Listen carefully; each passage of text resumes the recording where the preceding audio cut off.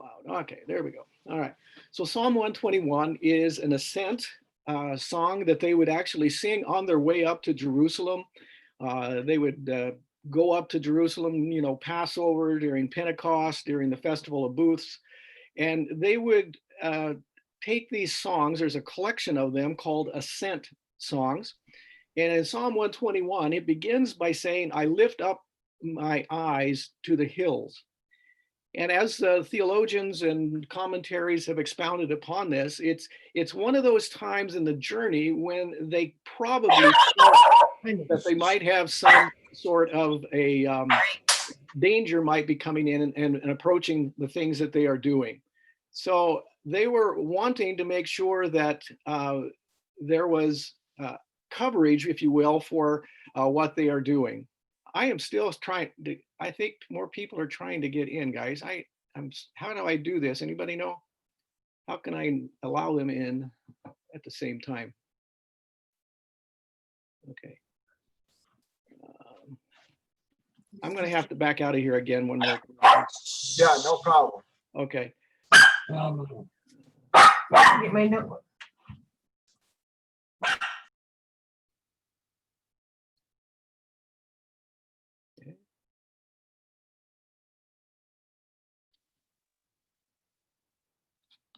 Okay. Guess maybe I should have waited just a little bit longer, huh?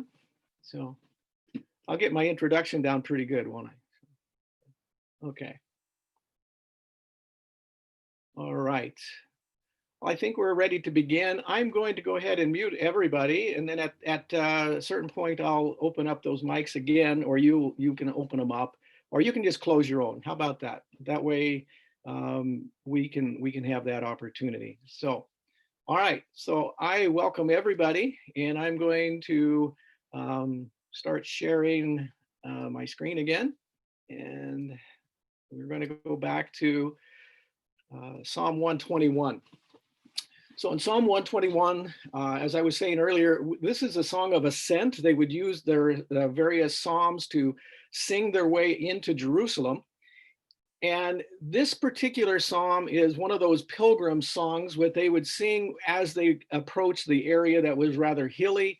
There was plenty of cover for robbers to hide in. It was a dangerous place. But it was also a place where they could, kind of find a place where they could rest as well and kind of find some cover. They weren't out in the open. And so one of the things that the psalmist is asking, he says, as I lift my eyes to the hills, this idea that I see something coming, that there's a potential danger here, then he cries out and he says, where does my help come from? And he says, and he makes this profession, my help comes from the Lord who made heaven and earth. He's not going to let my foot be moved. He keeps you, or he who keeps you will not slumber. Behold, he who keeps Israel will neither slumber nor sleep. So it's interesting, the words there, slumber and sleep. One of them basically means take a nap, and the other one means that, oh boy, was that a good night's rest, right? And it says, so the Lord is not, he's not taking a nap, nor is he tucked away in bed somewhere. The Lord is your keeper. That's a pronouncement. The Lord is your shade on your right hand. The sun shall not strike you by day, nor the moon by night. The Lord will keep you from all evil. He will keep your life, and the Lord will keep your going out and your coming in from this time forth and forevermore. It's almost as if we have this protective shield that God is promising us, that nothing is going to touch us. We'll never have a bad day. And everything is going to turn out just the way we hoped that it would turn out. So he basically says, my help cannot come from my own strength, but my help has to come from the Lord who is faithful. Now, this experience, though, isn't something that most of us are going to experience, is it? We're all going to have times of doubt. We're going to have times of persecution. We're going to have times when we're not sure exactly what's taking place. And so today we want to talk a little bit about what happens when we experience those times. How do we get to that place where we're able to see what God is doing and we're able to understand the role that pain has in our life? And we're going to talk about something called laments. And laments are basically opportunities for us to complain, if you will, to vent, if you want to call it that, but basically for us to articulate what's happening from our heart. Lament always comes from the heart. It's not necessarily true, but it's what we're feeling. And it also gives us an opportunity to kind of look and say, what is behind the theology behind what I'm saying? So if God is a good God, for example, why did this happen to me? And we begin to unpack the theology of the fall of mankind. We begin to unpack the idea that God is still in control. He is still on his throne, that we will be going through seasons. We've seen it before in the past, and they will happen again. Why is it specifically happening to me? Well, Jesus said that the Lord is going to bring the rain on the righteous as well as the unrighteous, that this is something that we can expect because we live in a fallen world. We're going to experience persecution, even is what Jesus said. If you're going to be my followers, you need to be ready for that. And so it is not necessarily this idea that we are going to be protected as Christians from every harm that comes our way. We're going to have those opportunities that come into our life. And if we're not careful in terms of how we handle them, we can get stuck. We can become bitter, and we can lose what God wants to teach us during these times of lament. This has been what I have been struggling with in terms of how do you put things in order? How do you put it in place after it's been so messed up? And so uh, we have this bright window that's right out in front of our house. It's our living room window. The high school is just another block down the street. And every day, about 7:45 to about 8:15, there is a parade of teenagers with backpacks and cell phones that are walking on my broken sidewalk, and they are not looking up. They are just mindlessly walking down the street. And I want to scream at them sometimes and tell them, watch out, look up, because there is a spot in the sidewalk that might catch you and trip you. And so one of the projects we were able to do during COVID was I was able to at least patch it this year. So now they're not going to trip on it. They're just going to get kind of a little doopsie doo there when they walk on my sidewalk. But we're hoping that one day we'll get our sidewalk fixed. But I want to scream at them. I want to tell them, you need to look up, not only to see what's coming, but so that it would be protected and they would be protected as well. When I think about the things of lament, we always start with the complaining. We always start with the events. We always get to the asking questions. But ultimately, where we want to end up is looking up to God. So when it says look up in Psalms 121, it's basically saying I'm looking up to the hill, that which is immediately in front of me. And what we find in lament is that that's not high enough. That when we go through periods of lament, it's easy for us to look around and to see things that are happening to us and to look in the rearview mirror. But what God calls us to is always to look up higher and to ask the question, what is God teaching me about himself? What do I need to remember about who I am? And what is it that God is doing in and through my life during this time? And so this is what I want us to remember, is that as we go through these steps, the ultimate place that we need to be is to have that gaze focused upon who is God. And so let me advance this again. Okay. So our personal story is this. In the last 2 years, we have experienced 3 car accidents, 5 surgeries, and the death of not only my son-in-law, but also my daughter. And so for me, I remembered the day that I had the opportunity to walk my daughter Tanya down the aisle at the church where they were married. And the next opportunity that I had to walk down the aisle with my daughter was at my funeral, at her funeral. And so it was kind of that contrast between great joy and great sorrow. And my heart, like many of you, would be filled with what is going on and what is it that God wants me to know.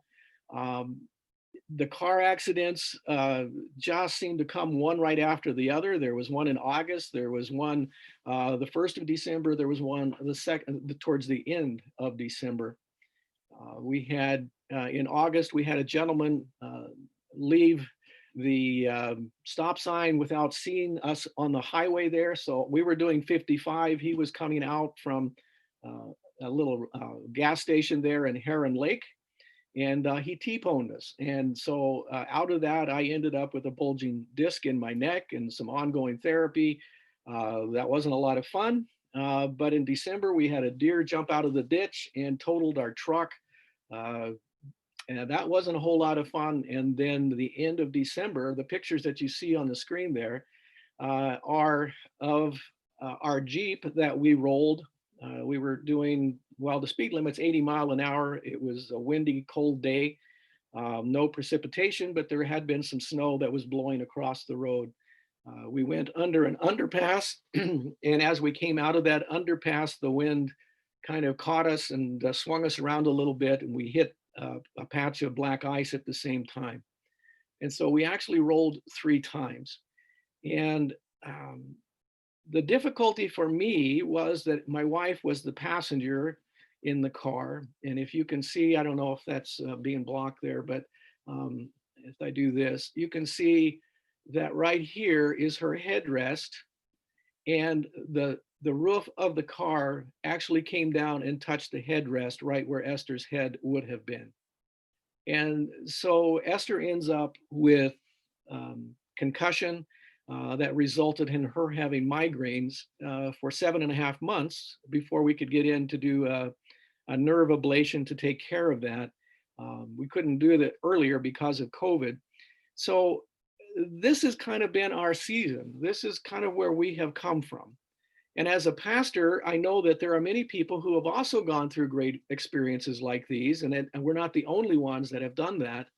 But it got me to asking the question about how do we deal with this type of stuff? You're not going to be able to fix some of these things. So I have deep regret that I wasn't more cautious and avoided that rollover accident. I have deep regret that I didn't insist that my daughter put on her winter tires. We were going to postpone that the idea was that she might do it the week following. We have these regrets, but nothing can be fixed. What is done, and it is now part of my journey, just like it's part of your journey, the pain and the sufferings and the things that you have gone through. So I began to look for some help, and there's a book that I found that has helped me. And so some of what I'm going to be sharing is going to be coming out of this book.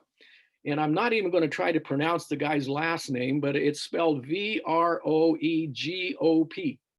So I'm not sure, that's almost like Eshbaugh, I think. But anyway, but it is called Dark Clouds, Deep Mercy, and it's called Discovering the Grace of Lament. And it's a great book. He speaks a little bit about having a stillborn child and some other things that were taking place in his life. And as a pastor, how does he learn to deal with these things? And he focuses in on lament. It's something that we don't really talk about very much. But it tells us that the house of the Lord is to be a place of lament. It is to be a place where we can go, where we can share the things that are broken in our lives. And he also spoke in his book about the volume of things in the Old Testament where we find lament. Obviously, Lamentations is that book. It's written by Jeremiah. Jeremiah has a lot of lament in it, the book of Job, and about 1/3 of the Psalms are actually laments. And we even have Jesus quoting a lament on the cross when he cries out, Eloi, Eloi, lama sabachthani, my God, why hast thou forsaken me? And so the question is, what are we supposed to do with lament, and how does it fit in? And doesn't it seem like we're just kind of complaining, maybe just a little bit? So let's delve into this just a little bit. I should say that, I guess maybe I have the next slide here. Lamentations is actually if you were a Hebrew, you would actually read it as the book of how or why, because that's what it means. It's sort of this proclamation of asking this question of how did this happen? Why is this occurring? Uh, and why would even God allow this to take place? And so Lamentations is just basically this book of God, what are you doing? Why did this happen? And so as we look into Lamentations, and some of the other books that we have mentioned here, one of the places that I wanted to look at was Lamentations. There I go. I can articulate that. Lamentations chapter 3, verses 22 to 23.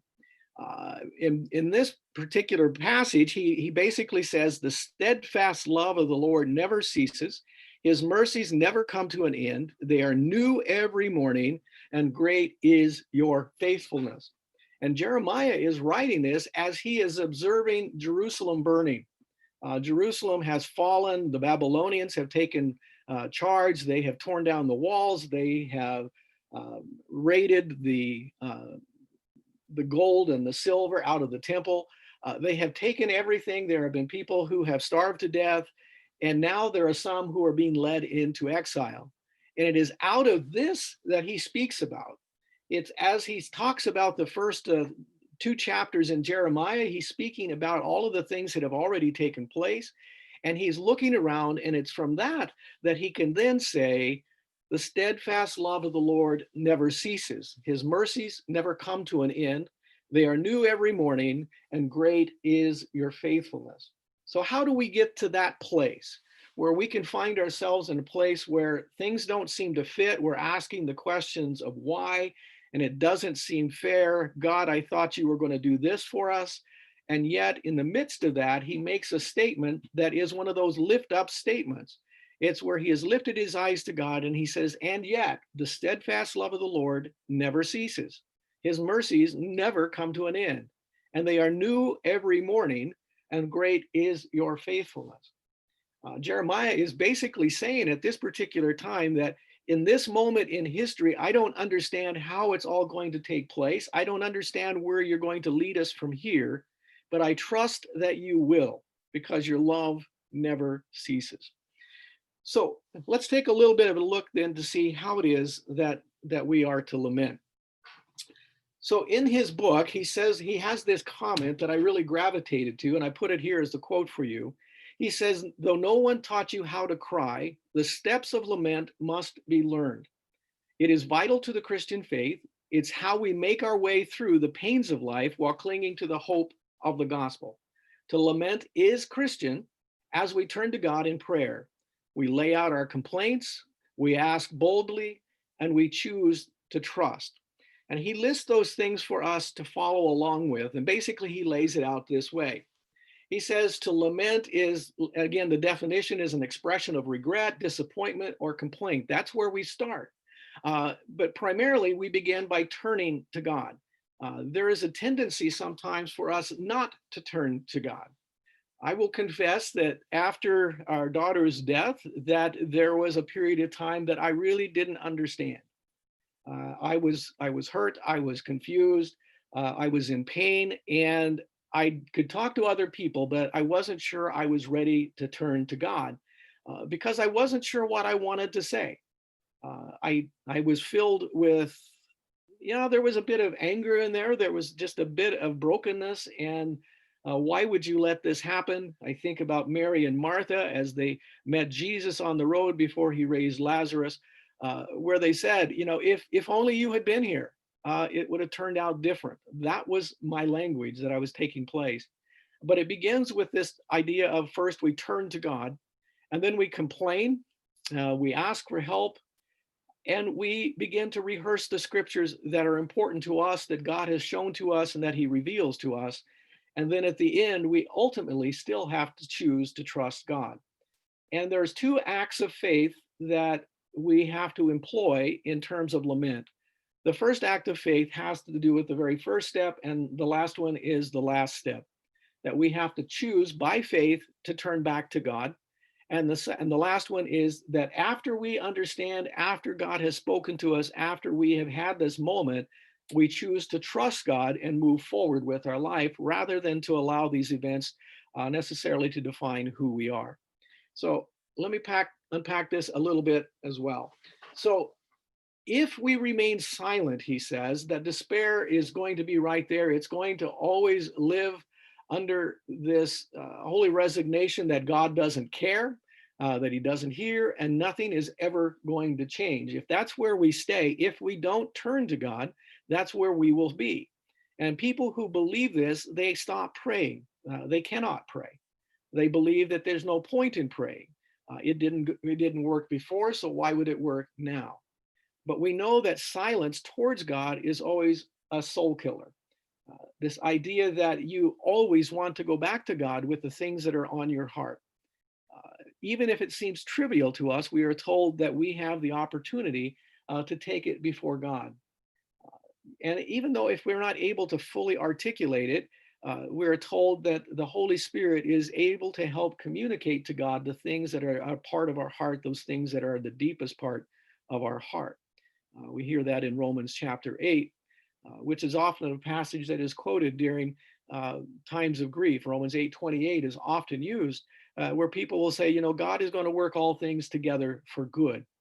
That's not something that you really want to say to somebody, by the way, at a time of a funeral or a death.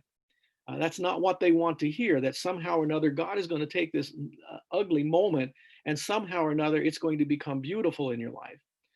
We have to surround it with the verses before and after, where it says that the Holy Spirit is going to dwell with us, and that at the end of Romans 8, where it talks about the fact that we will never be separated from God.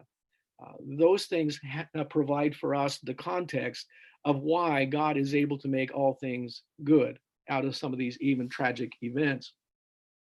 So these are some of the things that he talks about in terms of why we shouldn't remain silent. So when we turn to God, sometimes Christians are either afraid or refuse to talk to God about their struggles because of shame. Maybe they have, been a co-conspirator of this in some way. You think about David and Bathsheba, and you think about the child who died. All of these things, there sometimes is a lament that comes from our heart because we don't know what to do with our guilt. There's also a fear of rejection, anxiety, or a concern of being irreverent. And pain can give rise to this deadly prayerlessness. And lament allows us to crack the door open to talk to God again, kind of even if it's messy.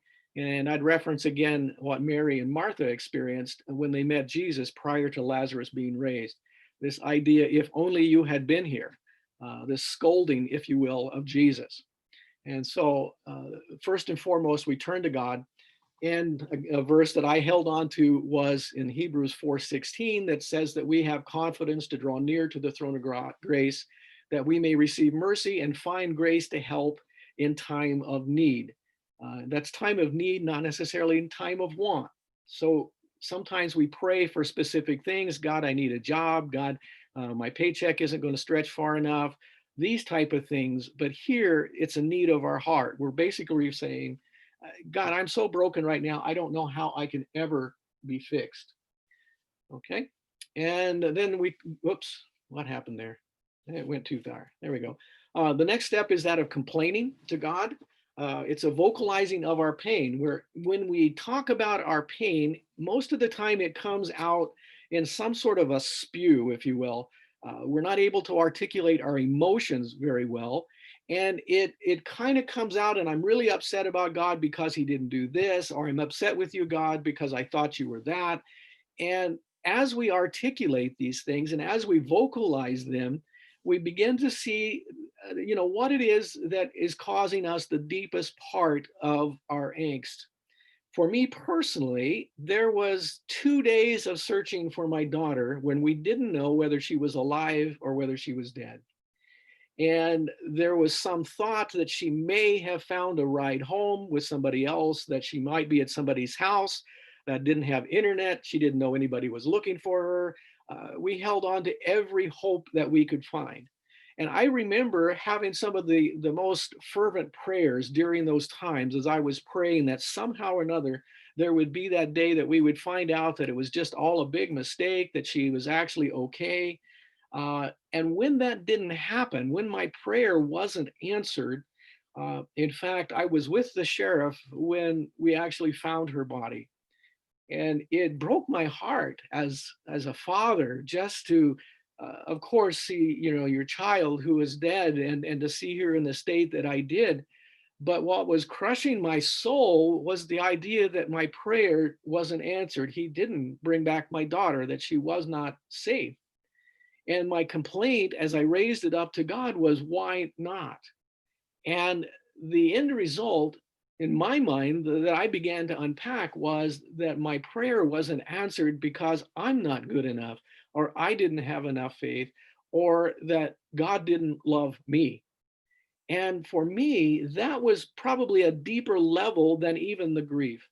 And it pointed to the level of my trust in God, if you will, and the place where I was veering away from the nature of God, because God is a God who loves me. That God does answer prayers. That God, loves Tanya as well. And so it was a framework for me to begin to articulate what I was feeling, and also to bring out those root causes, if you will. So the event is going to expose our theology. I think that's what I want to explain about why we complain. And so it also, like I've said here, in his book, he says that, the character of God is sovereignty, goodness, and love. It creates this tension when God acts in a different way, through these painful circumstances. And that the pain and the suffering often create difficult emotions that are not based upon the truth, but they feel true. And if you ever try to comfort somebody in the moment, when something like this is revealed, that there is not a single word that you can give to them that is going to make them feel better or to put it in place. And so lament gives us this opportunity, this season. We have to go through it in order to reorient our heart, and we have to be intentional about going through it. God is not going to fix it. My daughter Tanya is not going to be coming back. I will see her again, but I won't see her again in this lifetime. And it still breaks my heart when I look at our family pictures and she's in them and then she's not in them. And so this is still a part of what you have to try to reorient in terms of lamenting. And God has given us lament for a reason. And it gives us this opportunity to ask God. It's the asking part, it's the theological part that gets to the place of, if you are a loving God, how did you let this happen? How does this work, God? And if you're a just God, there are things that we look at in our world and we say, there's so many injustices. Why aren't you doing anything? And the one that was there for me is, why do you answer the prayers of others and you didn't answer my prayer? And so this asking brings us to the rehearsing of the scriptures. So as I am going through the asking and as I am continuing to be engaged with God, I begin to remember the long arc of biblical history, that we have to understand that our God is a God who is timeless, that is above time, and that he is able to understand the beginning from the end. We can look back in the scriptures and we can remember the covenants that he's made, the promises that he has made, his attributes about who he is, and we ground ourselves in the truth of those scriptures. And again, it's an act of faith to say, I believe these things to be true about God, and knowing that God is still in control of the future as well as the past. And so it kind of connects us to God's bigger story. We remember the creation. We know about the fall. We know that sin is in the world. And because of sin in the world, there is going to be pain and there is going to be death. We know that these things are going to happen. But we also know the story of redemption, and we also know the story of restoration, not only through the cross, but also what one day will take place when Jesus returns. So it's kind of connecting us. We have to find that connection to the bigger story, again, to lift our eyes up higher than what we currently are looking at. And one of the passages that I found for me that actually helped was a passage in Romans 11:25-27. And I found it kind of unusual, it felt unusual to me. And he was here in Romans 11, Paul is writing about the role that God is having in the restoration of Israel. And so he's talking to uh, the Gentiles, and he is saying, lest you be wise in your own sight, I don't want you to be unaware of this mystery, this idea of God's bigger plan, brothers. A partial hardening has come upon Israel until the fullness of the Gentiles has come in. And in this way, all Israel will be saved, as is written in the deliverer will come from Zion. He will banish ungodliness from Jacob. And this will be my covenant with them when I take away their sins. So there's a couple of things that are taking place here. Paul is telling them that you are fortunate to be living in the time that you are because God has begun to graft in the Gentiles through the new covenant of Jesus Christ, and that you need to understand that there is a season where there is a partial hardening that is taking place over Israel. Not all Israel began to follow Jesus. And he says, and there is a season, the fullness of the Gentiles has come in. Somewhere or another, God has everything figured out. The fullness of the Gentiles was the part that I held on to, that God has a bigger plan, that there is something larger than my individual pain and my suffering. God is at work, and I can trust him because God is God. And this idea that we connect maybe to that larger as well. And then finally, we get to the trust part. It's the embracing the ongoing, often daily process of lament requires that we walk by faith. You don't go through lament and it's all over. You got it finished up. You go to the doctor with a broken bone, you get it set, and now your arm is as good as new. It's not going to be that way. With lament and with grief, it will circle back onto us time after time after time. And so it is a step of faith that we have to take as we think about these things. For me, as I was part of Tanya's service, it was important for me to hold on to the fact that she was a believer, and for me to state categorically that God is a God who can be trusted, that she is with him as he has promised, and that one day I will see her. There was this embracing of that by faith. There was a rehearsing of it by remembering the scriptures, and this idea that I have to often remember this, that this life is not all that there is. And lament is more than something that comes out of you. It's also a process that's happening to you while we're going through this. I think sometimes when we think about discipleship making, we think of it a little bit like a scholarly event, that we have certain knowledge. But the truth of it is that we're always going to be going through times of discipleship up until that moment where it says, that we're going to be able to see God, directly instead of that through a mirror poorly. We'll have that opportunity to see God exactly for who he is. God is going to continue to speak into our lives to reveal himself to us, and he is going to reorient our heart back to him. And so for us, we just have to remember that this element of trust is one that we have to actively do by faith, probably on a daily basis as well. And so when we counsel with people as they go through things like anniversaries and birthdays trigger for them this lament again. And they once again have to kind of rehearse what God taught them during that time. And as they remember it, it's almost like muscle memory in some ways. They get there faster. And so we learn that people who are going through times of grief, they can either get stuck or they can, in fact, learn to reorient their heart back to God and trust that he is a God who is trustworthy, who continues to answer prayer, and who loves us all the way. So in short, we have to keep trusting the one who keeps you trusting. We trust God, and we just keep trusting in him as we go through. And we know that pain and hardship is going to come in unexpected, unwelcomed ways. And it becomes a personal song, our personal song that kind of expresses our grief while embracing God's goodness. And everyone has a story, whether it's as dramatic as somebody else's, it doesn't really matter. Somebody once said, puppy love is real to the puppies. So if somebody is lamenting, if they're grieving, if they're complaining, that's where they are. And we have to help them through that and to help them to lift up their eyes to see that God is still on his throne, and that they can discover, if they will, the grace for the pains that they have in their life. Now, I would say that this is not something that you tell somebody on the day of the funeral. This is probably something that you would work with somebody after a season, after they have had opportunity to set with their feelings and their emotions and to understand where they are. Um, there was always this sense of, when do we know that it's that they're okay? And people would often ask me, even after the funeral and stuff, it was sort of like, when are you going to go back to work? When are you going to be normal again? And just knowing that there's probably not going to be a normal, in the sense that everything is okay with me, it's the way that I would choose it to be.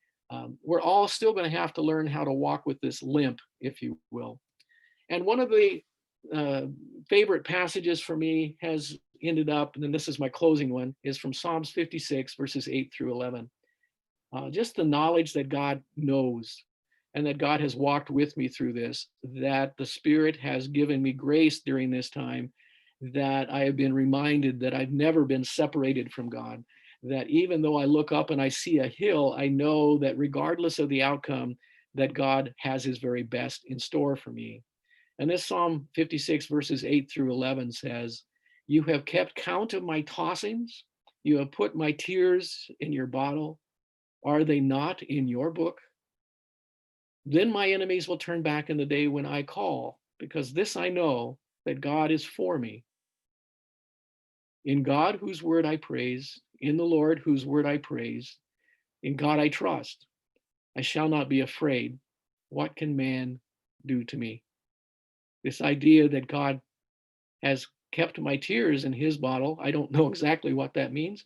In some ways, just the idea that he has viewed them as sacred, that God is for me, and that God is worthy of praise, even during these difficult days. And so that's kind of my spiel. And I'm going to stop sharing now, and I'm going to invite you into conversations with me. Has this been helpful? Number one, are there some things that you would challenge me on? I personally find myself as a learner during this time. And I can tell you, I see this is going to happen more in my life.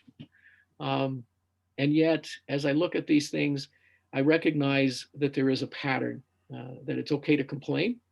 It's okay to ask God, what are you doing? What were you thinking?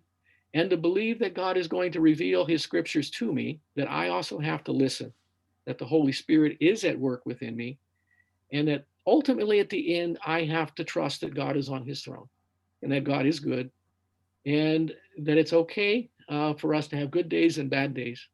Um, and yet, you know, I don't want to get stuck and become bitter.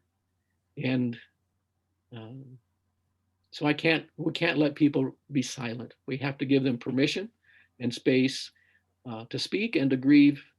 And some of the prayers are just really difficult to listen to at times. Um, but they need to be vocalized, and we need to give them an opportunity to do that. Okay, well, there it is. Talk to me. How are you guys feeling, or what are the things that you grabbed onto during this time? I've got a lot of thoughts on this, Rick. I guess one thing I would never do is you said, do I need to be challenged?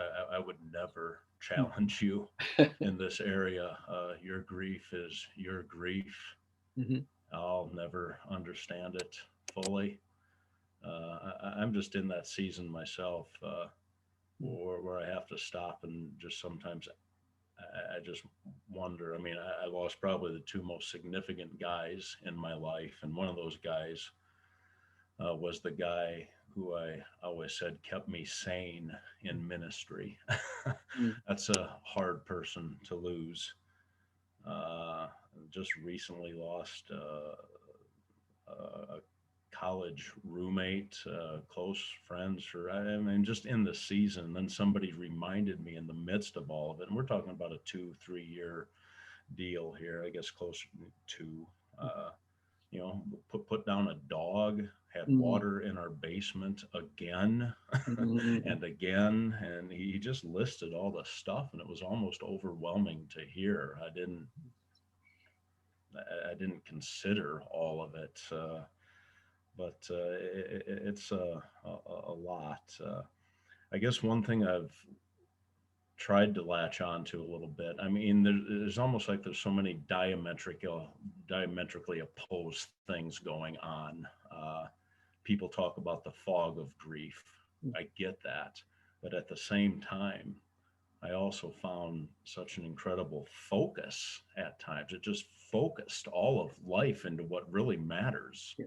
Some of the things that used to make me anxious or that I'd worry about just fell by the wayside because they don't matter anymore. So got these opposing things going on: fog and focus, lament. As an evangelical is something we just never talk about. It's not like it's always supposed to be happy and joy and Jesus fixes all of our stuff, when in fact Jesus is a man of sorrows and acquainted with grief. And one comfort I have is not that he comes along and fixes everything, but he understands. I think anything I go through, he understands better than anybody.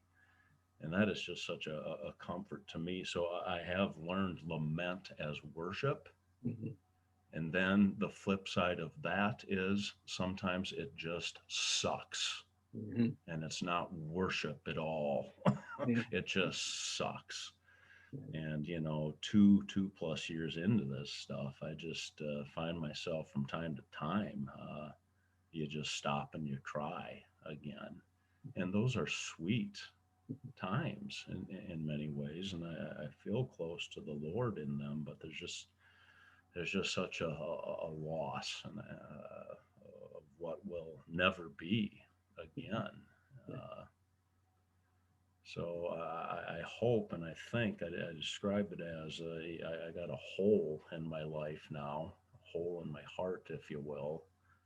And you know, with time going by, the hole is always going to be there, but maybe it gets a little bit smaller. Yeah. But maybe just one thing, just kind of throw out there. I've got this ultimate hope, you know, in a kingdom to come, a heaven to come. But maybe what I've wrestled with more than anything else, it is really, I've got that heavenly hope, but I have really had a hard time with hope Mhm. and finding like hope to go on the face of this earth. That's Yeah. just been something I've wrestled with, and Yeah. Jesus walks through it with me, Mhm. and He's faithful. But that's been maybe the downest side of Yeah. my losses recently, is just kind of hopelessness. Yeah. So I would respond and say, I think that we've all experienced those as well. And it reminds us that, we need to be those kind of people for those around us as well. And, um, I'm not trying to give you answers, but, Right. that's one of those pieces, isn't it? Yeah. It's like, why was that person so important to me? Um, Also, that I think in our worship services, we have to make allowances for times of lament. That there are people who are in the church when they come to church that, if our goal is to get them happy and on their feet and dancing and clapping and, praising the Lord, then they are in a place where they can't do that. And so everybody, when they come through our doors, probably has, to some degree or another, some lament that they're dealing with. Um, and so to give us that opportunity just to say that we're not as we would choose to be. Yeah. Yeah. I I'm pretty transparent in my church, hopefully in appropriate ways. You know, you can't always share all of your stuff and all that kind of Yeah. things, but I'd be pretty transparent with what I was going through. And at one time later on in the season, I just said, you know, you guys probably get sick of hearing this, so I'm just going to kind of Mm. cut off here and move on. And I did have people come to me and say, you know, no, we need to hear this. So I don't know, there's kind of a longing out there to maybe connect with lament and loss and grief as believers, you know, and maybe even as worship. Mhm. Yeah. I guess in some ways we could call it just being real, you know, Yeah. because everybody experiences loss and grief. It doesn't have to be loss of life, even. Right. You know, we're always grieving some kind of lost probably. And that's where we have to again go back to that connecting with God. Um, when it shows up, we go back to God. It Yeah. showed up again. I'm feeling this again.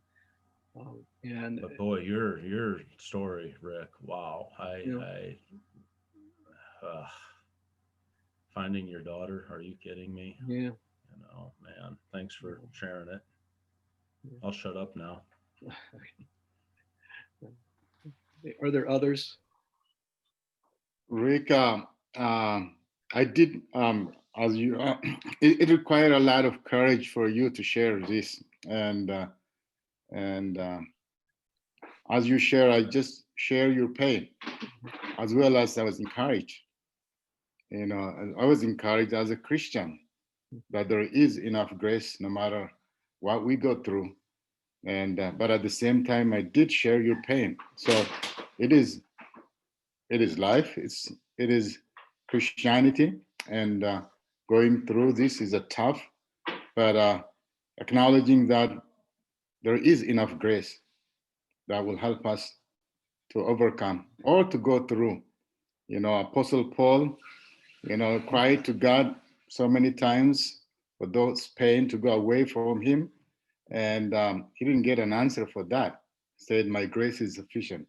And when I read 2 Corinthians chapter 1, verse 3 says, "Praise to be the God and the Father of our Lord Jesus Christ, the Father of the compassion and the God of comfort, who comfort us in all our trouble, so that we can comfort those in trouble with the comfort we ourselves have received from God." And sharing for you this is bringing a lot of comfort to us and to others. And you know, no one from us will share this kind of experience. We don't have this experience. For you, this sharing this experience bring comfort and courage for so many people. I'm glad that you're open to share that. Yeah. And sometimes we don't have an answer. In John chapter 9, when they came to Christ and see, they said to him, "Why this man was blind? Because of his sin, or what happened? What's wrong? Why?" And Jesus did not answer directly why, but he said that so that God's glory may be manifested. I mean, and he healed them, and God's glory manifested, and they saw God's glory, but not a specific answer. When Habakkuk, full of why, and in chapter 1, why, chapter 2, why, there is no answer for the why question. And then finally he met with God's glory, and he changed his mind in chapter 3. It says that though the fig are not, fruit, though the cattle are there, no matter what, it says that, okay, I have God, and I will rejoice with the Lord, and nothing will stop me from that. So we may not have an answer for why, and the wrong thing is try to an answer. And last time I heard one of the, I think, Ravid Zakaria, he died a few last year, and I heard he was preaching one day. He says that his son asked him a question, and he thought about to answer. He couldn't have the answer, and he thought about it, and he says that finally I answered him a brilliant answer, and he says that I don't know. So we don't know. It doesn't mean that we're not a strong Christian. It doesn't mean that we're not faithful. We don't know. Mm-hmm. Don't know. It is an answer we don't know. But we know one thing: God is still faithful. We trust Him no matter what. It is painful, though it is also it's encouraging. It is a powerful. It is a testimony. It's a living testimony. We talked. Me and Pastor Samuel, talked a lot about you. Going through this is not an easy thing. I have 3 kids. I know how much I love my daughter. And then I said, will I serve God if something happened? Will I be, and it is a very challenging, but, we saw someone who does serve still God, even though he passed through this. So you are a living testimony for us and a courage. No matter, we don't have to complain with the little things. There is a big things happening in someone's life. How come I complain? It gives us the courage as a minister of God. And I really appreciate that you get the courage to come out and bring this message this way. It was so powerful. And yes, it's painful, though it is powerful. It's a paradox. Yes, it's powerful and it's painful. Yeah. But I really thank you and thank you for the guys that you get out and share I want to thank in their life. I want to thank you for speaking so truthfully Mhm. and Mhm. from your heart. Mhm. And what it really does is to give us permission to do the same. Yeah. Appreciate it. One of the Psalms that I hold on to is Psalms 139, where David speaks about being fearfully and wonderfully made, that his days were ordained.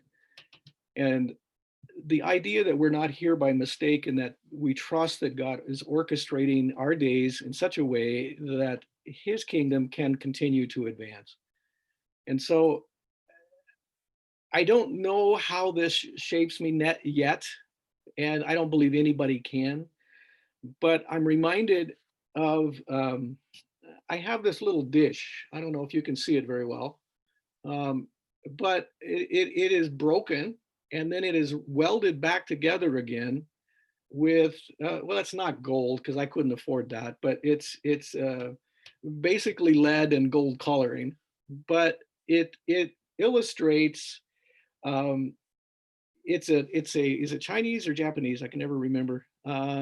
It's Japanese, and they have a process that they call wasabi, where they actually, well, the process is called kintsugi, but it is this wasabi where they actually take something that was valuable and broken, and they fix it, they weld it, and they put it back together again with gold. And it, for me, has become symbolic of what God does. So Romans 8:28 is exhibited for me here. That even though things were broken, that when God places them back together again, it is for his glory and for his honor. And it is a part of my testimony, but it's not necessarily everybody's testimony. But always, always, always, God points us back to Christ and back to the cross and back to the gospel and back to his ultimate plan. And so for me, that gives me encouragement. Um, and so I don't fixate on this all day long. I mean, God has given me wonderful times as well. Um, and but yet at the same time, whenever I go into a congregation, I know somebody out there is broken. Somebody out there needs to hear that there is hope, that we can move forward, and that our faith will actually be stronger and of more value, if you will, because of the process. So I would just encourage you to maybe read through books on lament and see how that might help you or it might help other people. But the people who have helped me the most are the people who continue to ask, where are you? How are you today? Relatives, people that know when Tanya's birthday is, they will send us something. They will encourage us. And there are days that I wish they wouldn't, because, now I got to think about it again. But we're getting to that place where we can still say, even though, yet shall we praise you. And that's that element of faith. That's that element of being recognizing that of the 7 billion people that are on the earth, 7 billion people are likely to die, at some point in their life, right? And so this is going to be a part of our history. It's going to be a part of everybody's growth and experience. And we know why we die. We know because of the sin that entered the world. We know that because of God's grace, he has tarried. And because of God's grace, the fullness of the Gentiles is not yet complete. The world someday will come to an end. He will return. And I was hoping it was going to be November the 2nd, but that didn't happen.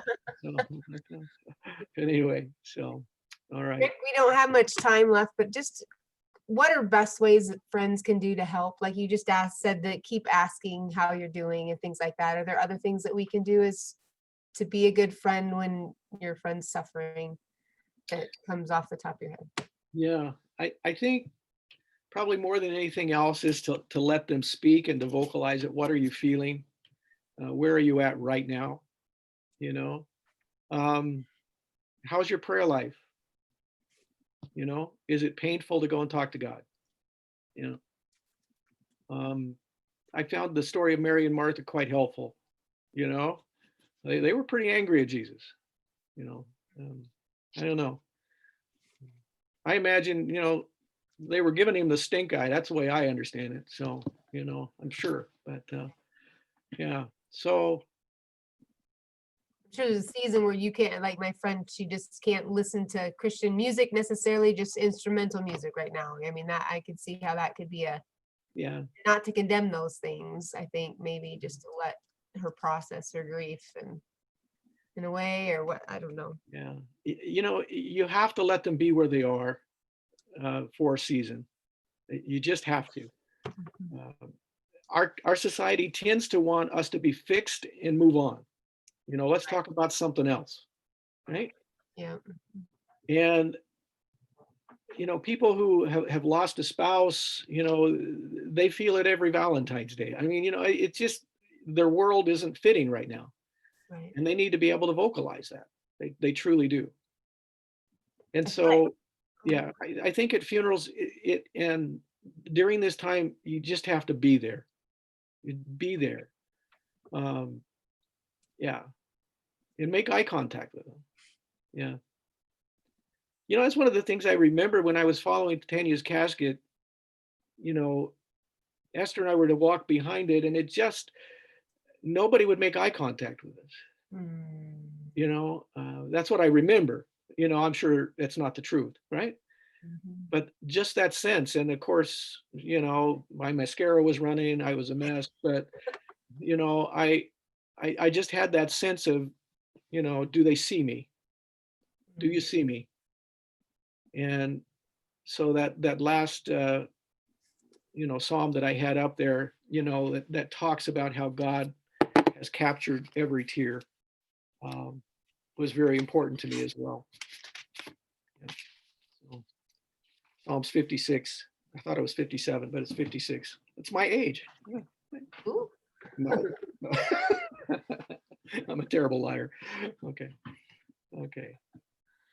Well, thank you guys. If anybody else has anything else, you know, I'm available. We can talk some more. But this has been my journey, and the book was helpful just to kind of see, you know, we've got the psychological thing about, you know, the stages of grief, you know. Yeah, maybe that's helpful. But just to know that there are stages as well as in lament.